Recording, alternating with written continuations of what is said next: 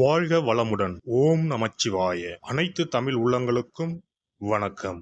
குரு பகவானின் அதிசார பெயர்ச்சி. குரு பகவான் 12 ராசிகளுக்கும் அற்புதமான பலன்களை தன் ஸ்தான பலத்தாலும் அருட்பார்வையாலும் அள்ளி வழங்குபவர்.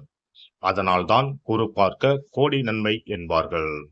குருவின் திருவருள் சகல மங்களங்களையும் சுபிட்சத்தையும் அளிக்கும். குரு பிரம்மா, குரு விஷ்ணு, குரு தேவோ மகேஸ்வரக, குரு சாஸ்தாத் பரபிரம்மா, தஸ்மை ஸ்ரீ குருவே நம என்கிற மந்திரத்தை சொல்லி குருவை வணங்க நன்மைகள் தேடி வரும். ஒரு ஜாதகத்தில் ஏராளமான தோஷங்கள் கெடுக்கும் நிலையில் இருந்தாலும் கூட அப்படி தோஷம் ஏற்படுத்தக்கூடிய கிரகத்துக்கு குருவின் பார்வையோ தொடர்போ இருந்தால் அது கெடுதல்களை செய்யாது என்பது சிறப்பு. அப்படிப்பட்ட குரு பகவான் ஆண்டுக்கு ஒரு முறை ஒரு ராசியில் இருந்து அடுத்த ராசிக்கு பெயர்வார். சில நேரங்களில் அதிசாரமாகவும் வக்கரமாகவும் முன்னும் பின்னும் உள்ள ராசிகளுக்கு குரு பகவான் சஞ்சாரம் செய்வதும் உண்டு.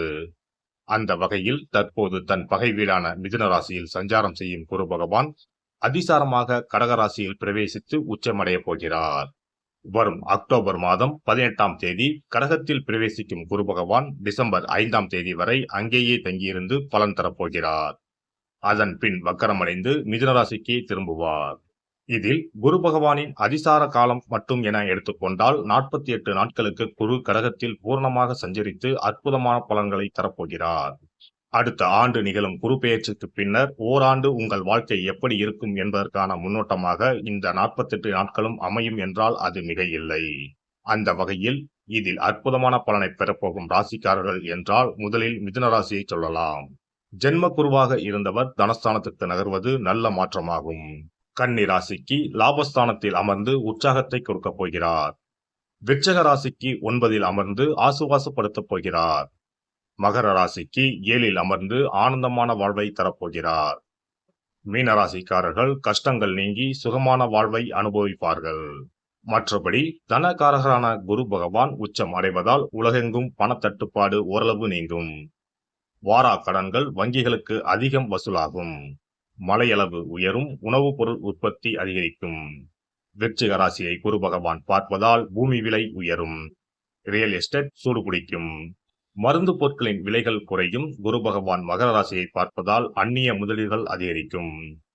குரு பகவான் மீனராசியை பார்ப்பதால் கல்வித்துறை நவீனமாகும். பதிப்பகத்துறை, கேட்டரிங், சட்டம், சிஏ, சிவில், ஆர்கிடெக்ட் துறைகள் வளர்ச்சியடையும்.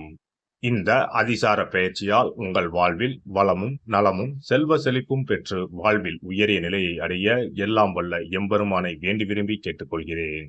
கன்னி ராசி அன்பர்களே, தற்போது குரு பகவான் 10இல் அமர்ந்து பலன் தந்து கொண்டிருக்கிறார். இந்த சஞ்சாரம் அவ்வளவு நற்பலன்களை தருவதல்ல. யாரிடம் எது பேசினாலும் பிரச்சனையாவதை நினைத்து வருந்தும் நிலையே தொடர்கிறது. பணவரவும் கொஞ்சம் அளவோடு இருக்கும். வேலையிடத்திலும் தேவையற்ற சிக்கல்களும் மன உளைச்சலும் வந்து போகும். அதிகாரிகளிடம் உரிமை எடுத்து பேசப்போக அது பிரச்சனையில் முடியும். ஆனால் இந்த நிலையில் இருந்து விடுதலை என்பதைப் போல அக்டோபர் 18ஆம் தேதி முதல் 48 நாட்கள் குரு பகவான் 11இல் வந்து அமரப்போகிறார். இந்த அதிசார குரு பெயர்ச்சி உங்களுக்கு மிகுந்த நற்பலன்களை வாரி வழங்கப் போகிறது. அரைகுறையாக நின்று போன வேலைகள் நல்ல விதத்தில் முடியும். உதவி செய்கிறேன் என்று அலைக்கழித்தவர்கள் இனி தேடி வந்து உதவுவார்கள். எதிர்பாராத பெரிய தொகை ஒன்று கைக்கு வரவும் வாய்ப்பிருக்கிறது. வீடு வாங்க விண்ணப்பித்த கடன் தொகை கைக்கு வரும்.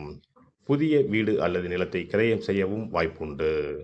11ஆம் வீட்டில் குரு பகவான் அமர்வதால் மூத்த சகோதர உறவுகளால் நன்மைகள் உண்டாகும். சிலருக்கு பங்கு சந்தையில் நல்ல முன்னேற்றம் ஏற்பட்டு லாபம் கிடைக்கப் போகிற காலமாக இது அமையும். அதே போன்று வியாபாரம் அற்புதமாக இருக்கும். நல்ல வேலையாட்கள் அமைவார்கள். புதிய பங்குதாரர்கள் கிடைக்கவும் வாய்ப்புண்டு. புதிய ஒப்பந்தங்கள் கையெழுத்தாகும். உத்தியோகத்தில் இதுவரை இருந்து வந்த போராட்டகரமான நிலை மாறும். எதிர்பார்த்த அங்கீகாரம் கிடைக்கும். தொல்லை தந்த அதிகாரி இடமாறி போவார். புதிய பொறுப்புகளும் சம்பள உயர்வும் கிடைக்கும். புதிய வேலை கிடைக்கவும் வாய்ப்பு உண்டு. குரு பகவானின் பார்வை 3ஆம் வீட்டில் படுவதால் இனி முடிவுகளில் தைரியம் வெளிப்படும். முயற்சிகள் யாவும் வெற்றியாகும். இளைய சகோதரர்களின் உதவி கிடைக்கும். 5ஆம் வீட்டில் குரு பகவானின் பார்வை படுவதால் நீண்ட காலமாக குழந்தை பாக்கியம் இல்லாமல் இருந்த தம்பதியர்களுக்கு குழந்தை பாக்கியம் கிடைக்கும். குரு பகவான் 7ஆம் வீட்டை பார்ப்பதால் திருமண வயதில் உள்ள இளைஞர்களுக்கு திடீர் திருமண யோகம் கூடி வரும். திருமண வாழ்வில் கணவன் மனைவிக்கு இடையே அந்யோன்யம் அதிகரிக்கும், குடும்பத்தில் அமைதியும் சந்தோஷமும் நிலவும். நட்சத்திர சஞ்சார அடிப்படையில் அஸ்தம் மற்றும் சித்திரை நட்சத்திரக்காரர்கள் இந்த அதிசார குரு பெயர்ச்சியால் மிகுந்த பயனை பெறுவார்கள். உத்திர நட்சத்திரக்காரர்களுக்கு ஓரளவு நல்ல பலன்கள் கிடைக்கும். மொத்தத்தில் இந்த அதிசார குரு பெயர்ச்சி கன்னி ராசிக்காரர்களுக்கு பெரிய ஆசுவாசத்தையும் சந்தோஷத்தையும் தருவதாக அமையும். அருகில் இருக்கும் ராகவேந்திர சுவாமி விருந்தாவனத்திற்கு சென்று ஒருமுறை வழிபட்டு வாருங்கள். வியாழக்கிழமைகளில் குரு பகவானுக்கு வீட்டிலேயே நெய் தீபம் ஏற்றி வழிபடுங்கள். மாற்றுத்திறனாளிகளுக்கு உதவுங்கள். குரு பகவானின் அருள் பரிபூர்ணமாக கிடைக்கும்.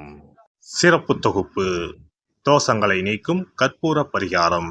வாஸ்து சாஸ்திரங்களின்படி வாழ்க்கையில் மகிழ்ச்சியையும் செழிப்பையும் கொண்டு வர பல வழிகள் உள்ளன. வருமானம் பெருக, வீட்டில் உள்ள கண் திருஷ்டி நீங்க, வேலை கிடைக்க, பல சுப பலன்கள் கிடைக்க சிறு விஷயம் செய்தால் எல்லாம் நல்லபடியாக நடக்கும். வாஸ்துப்படி கற்பூரம் மற்றும் கிராம்பு எரிப்பது பல பிரச்சனைகளை சமாளிக்கும். இரவில் கிராம்பு வைத்து கற்பூரம் கொளுத்துங்கள். ஆசைகளை நிறைவேற்றும் சக்தி கற்பூரத்திற்கு உண்டு. உங்கள் விருப்பம் நன்றாக இருந்தால் அது நிச்சயம் நிறைவேறும். பண பிரச்சனைகளில் இருந்து விடுபட சனிக்கிழமை இரவு படுக்கைக்கு செல்வதற்கு முன் கிராம்பு மற்றும் கற்பூரத்தை வெள்ளிக்கிண்ணத்தில் எரிக்கவும். இப்படி செய்தால் பண பற்றாக்குறையை போக்கலாம். வீட்டில் உள்ள எதிர்மறை சக்தியை விரட்ட கற்பூரம், கிராம்பு மற்றும் ஏலக்காய் நன்றாக வேலை செய்யும். இவை தீய சக்திகளை வீட்டில் இருந்து விலக்கி வைக்கும். கற்பூரம், 5 ஏலக்காய், 5 கிராம்பு ஆகியவற்றை ஒரு பாத்திரத்தில் எடுத்து எரிக்கவும். முதலில் பூஜை அறையில் வைத்து எரித்துவிட்டு அந்த புகையை வீட்டின் மூலை முடுக்கெல்லாம் பரவவிட வேண்டும். இவ்வாறு செய்வதன் மூலம் வீட்டில் அமைதி உண்டாகும். கண் திருஷ்டி நீங்கும். எதிர்மறை ஆற்றல்கள் அகற்றப்படும். வீட்டில் இருப்பவர் மீது தீய பார்வை இருந்தால் அது நீங்கும். இவற்றை எரிப்பதன் மூலம் வீட்டில் உள்ள எந்த நோய்வாய்ப்பட்ட நபரின் உடலில் இருந்தும் அந்த பிரச்சனைகள் நீங்கும். ஆரோக்கியம் மேம்படும். சனிக்கிழமை அன்று மாலை வீட்டில் கிராம்பு மற்றும் கற்பூரத்தை எரிப்பது குடும்ப உறுப்பினர்களுக்கு மகிழ்ச்சியையும் அன்பையும் தரும். எல்லோரும் மகிழ்ச்சியாக இருப்பார்கள். எதிரிகளிடமிருந்து விடுபடுவார்கள். மேலும் கிராம்பு மற்றும் கற்பூரத்தை எரித்து வர வீட்டில் உள்ள பிணக்குகள் நீங்கும். சில சமயங்களில் நீங்கள் எவ்வளவு முயற்சி செய்தாலும் உங்கள் தொழிலில் வெற்றி பெற முடியாது. இது போன்ற சமயங்களில் கற்பூரத்துடன் இந்த தீர்வை முயற்சிக்கவும். இந்த அணுகுமுறை நீங்கள் விரும்பிய வெற்றியை தரும். வேலை நேர்காணலுக்கு செல்லும் போது கற்பூரம் மற்றும் கிராம்பு எரிப்பது நல்லது. மேலும் 2 கிராம்புகளை வாயில் போட்டுவிட்டு வெளியே செல்லவும். நேர்காணலுக்கு செல்வதற்கு முன் அவற்றை அசைக்கவும். இப்படி செய்தால் வேலை கிடைக்கும். தொழிலில் முன்னேற்றம் ஏற்படும். கடுகு எண்ணெயில் 2 கிராம்புகளை போட்டு காலையில் கடவுளுக்கு அருகில் தீபம் ஏற்றவும். அதன் பிறகு நேர்காணலில் கலந்து கொள்ளுங்கள். இவ்வாறு செய்வதன் மூலம் தொழிலில் உள்ள தடைகள் அனைத்தும் நீங்கும். நல்ல வேலை கிடைக்கும். திருமண உறவில் சிக்கல் இருந்தால் வெள்ளி அல்லது வேறு ஏதேனும் பாத்திரத்தில் கற்பூரத்தை எரிக்கவும். அறையின் மூலையில் 2 கற்பூரங்களை வைக்க வேண்டும். இவ்வாறு செய்வதன் மூலம் தம்பதிகளிடையே ஒற்றுமை அதிகரிக்கும். மேலும் இரவில் கற்பூரம் மற்றும் கிராம்புகளை எரிப்பதால் வாழ்வில் உள்ள தடைகள் நீங்கும். 6 கற்பூரம் மற்றும் 36 கிராம்புகளை எடுத்து வீட்டில் தூவி வர உங்கள் திருமண வாழ்க்கையில் உள்ள தடைகள் நீங்கும். எந்த ஒரு பரிகாரமாக இருந்தாலும் அதை முழு மனதோடு தெய்வ நம்பிக்கையோடு தொடர்ந்து செய்து வந்தால் மட்டுமே பலன் கிடைக்கும். எனவே நம்பிக்கையோடு செய்து பலனை பெறுங்கள். நல்லதே நடக்கும். எல்லாம் வல்ல இறையருளால் நீங்களும் உங்கள் அன்பு குடும்பமும் உடல் நலம், நீளாயுள், நிறை செல்வம், உயர் புகழ், மெய்ஞானம் ஓங்கி வாழ்க வளமுடன். இந்த வீடியோ பதிவு உங்களுக்கு பிடித்திருந்தால் லைக் பண்ணுங்க, கமெண்ட் பண்ணுங்க, ஷேர் பண்ணுங்க. மறக்காம சப்ஸ்கிரைப் பண்ணுங்க. பக்கத்துல இருக்கிற பெல் பட்டனை கிளிக் பண்ணுங்க. நன்றி, வணக்கம். ஓம் நமச்சிவாய. சிவாய நம.